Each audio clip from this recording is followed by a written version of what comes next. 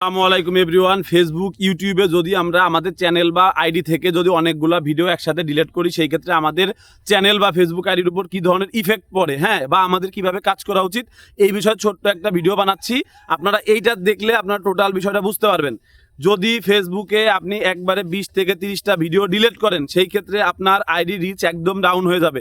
কারণ কি, আপনার ওই ভিডিওগুলা যখন মোটামুটি ভিউজ আসে, ধরেন মেনে নিলাম আপনার একটা ভিডিওতে 50,000 আছে, একটাতে 60,000 আছে, একটাতে 2,000 আছে, হ্যাঁ, তো ওই যে 50-60,000 ভিউজ যেগুলোতে বেশি ভিউ, ওই ভিউগুলোর কারণে ছোট ভিডিওগুলো যেগুলোতে কম ভিউ ওইগুলোকে টানতেছে, হ্যাঁ, অ্যালগোরিদম সাজাই ফেলতেছে, বুঝছেন?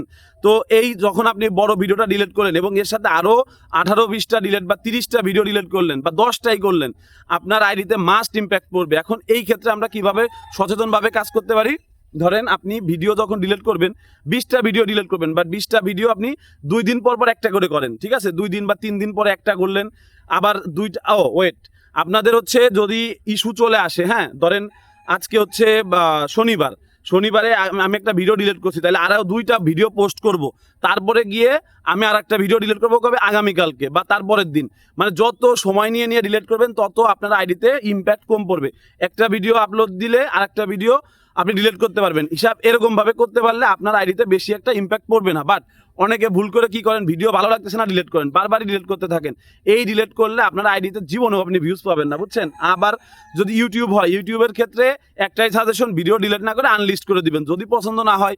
আর ভিডিও মূলত ডিলিট করতে হয় কাদেরকে? যাদের ইস্যু চলে আসে। এখন ইস্যু চলে আসার আগে, এই জন্যই আমি বারবার বলি, কাজ করার আগে একটু গাইডলাইন জেনে প্রপার ওয়েতে কাজ করবেন। কোন ধরনের কথাবার্তা বললে কমিউনিটি গাইডলাইন ভায়োলেশন হয়, কোন ধরনের ভিডিও পোস্ট করা যাবে না, ঠিক আছে? এই টোটাল বিষয়টা, অ্যাডাল্ট সিন, টোটাল জিনিসগুলো তো জেনে কাজ করতে পারেন, তাইলে আপনাকে আর পিছনে আসতে হবে না। অর্থাৎ ভিডিও ডিলিট করলে আপনি নিজের মাথায় নিজে হাত দিয়ে অবাক হয়ে যাবেন যে আমি কি করলাম এটা, বুঝতে পারছেন? আমি নিজেই তার ভুক্তভোগী, যার কারণে আমি জানি আমার 2 মিলিয়নের 2টা ভিডিও আমি ভয়ে ডিলিট করছিলাম। কেন? ওইখানে আমি পিস্তলের কথা বলছিলাম, বুঝছেন, যে আব্বা পিস্তল এনে দাও।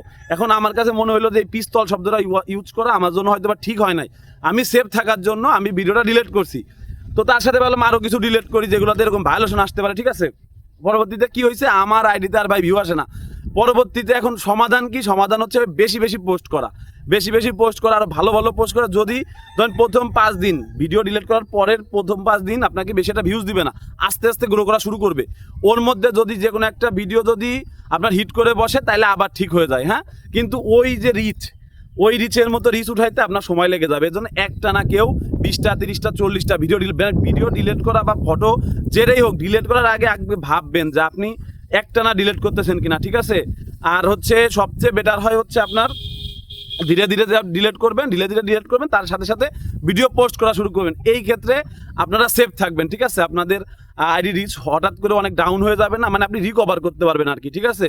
তো ভালো থাকবেন সবাই, ভিডিও ডিলিট করার বিষয়ে খুব সচেতন হন, হ্যাঁ। আর যদি খুবই সমস্যা হয় তাহলে ডিলিট করেন, কিন্তু আমি যে প্রসেসটা দেখাই দিলাম এইভাবে, হ্যাঁ। তো ভালো থাকেন সবাই, আসসালামু আলাইকুম।